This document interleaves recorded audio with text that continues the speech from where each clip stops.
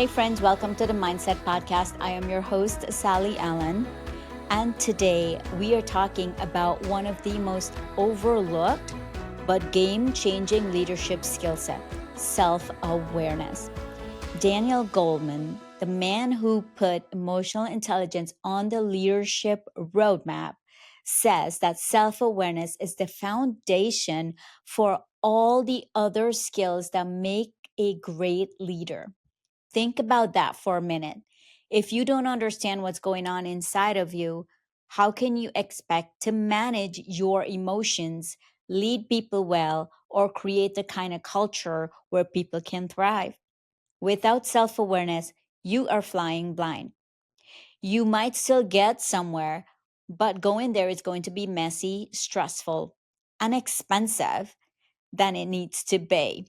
Here's the uncomfortable truth: most leaders think that they're self aware, but they're not. They're self assured.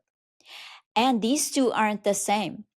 Self assurance is confidence in your abilities, self awareness is clarity around your tendencies, your blind spot, and how your behavior impacts other people. As a leader, you need both. But without awareness, confidence can turn into arrogance, and arrogance build trust. So let's jump into this. First point: self awareness sharpens your decisions. As a leader, you make dozens of choices every day: who to handle, whether to greenlight that project, whether to pivot on strategy. Maybe you're someone who are naturally quick to act, which is great, until you make a call without enough information. Or maybe you overthink every possible angle, which means opportunities are passing you by. A self aware leader can spot these tendencies in the moment and they can adjust really quickly. You know when to slow down and when to give yourself a little push and move quicker. Look, it's like having an internal GPS that says, hey, you're about to make this decision the way you always do. Is that the right move at this time? That pause, that awareness can be the difference between a good decision and a costly mistake. Number two, let's be honest, self awareness prevents unnecessary drama. A lot of workplace tension isn't really about the actual issue. It's about someone's tone, their timing, or the way a comment landed. Leaders without self awareness can trigger conflict without realizing it. They walk into a meeting, bark out orders, walk out, and wonder why the team seems deflated. On the flip side, a leader who knows their own triggers and patterns can choose how they show up. You might still be frustrated, but you know not to fire off that email when you are heated or to snap at someone when they're trying to help. That level of self control comes from being aware of what's going on inside of you, what mindset you're in, what state you're in. And when you model that, your teams start to follow suit. The results: less energy wasted or less misunderstanding, and your team and you actually focus on solving problem. Point three: self-awareness earns trust. People want leaders that they can trust. And if you are unaware how you come across, people will either check out or work around you. Being self aware doesn't mean you're constantly apologizing or you're second guessing yourself.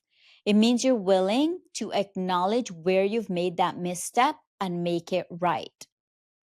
It means that you will notice when something is not right and work it out with your team and be willing to change your approach.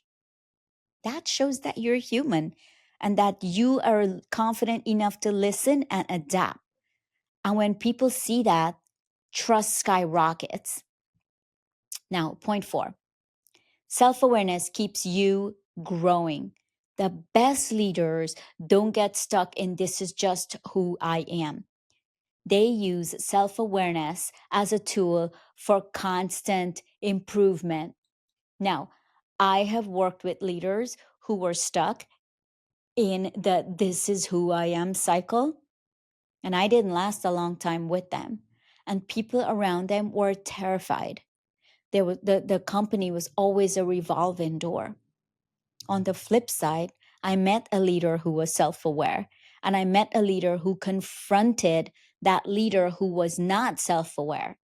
And it was the first time I learned that, wait a minute, leaders do speak up. Leaders are self-aware, and that they are really genuinely good leaders up there who will put their jobs on the line to protect their employees. Now, that's what a self-aware leader does. They catch themselves before bad patterns turn into bad decision. They seek feedback not because they need validation, but because they want clarity. And they don't take it personally when they hear something they don't like. They take it as a chance to get better. Self-awareness is what allows you to adapt when your role changes, when the business changes, and when life throws something unexpected at you. Without it, you're just repeating the same old pattern and just repeating the same old versions of yourself year after year. And that's not leadership, that's stagnation. Now listen, let's land this plane, as I like to say. Self-awareness sharpens your decisions so that you're not running on autopilot. It prevents unnecessary drama by helping you manage your triggers.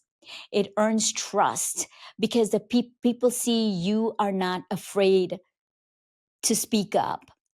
It helps you grow so that you can lead in any season, not just the good ones. Now, if you want to lead others well, you have to start by leading yourself. Friends, it's a wrap for today. And if this episode sparks something inside of you, share it with a friend and come hang out with me on YouTube and Instagram. And remember, when you change your mindset, you can change your life. With that, have an amazing day.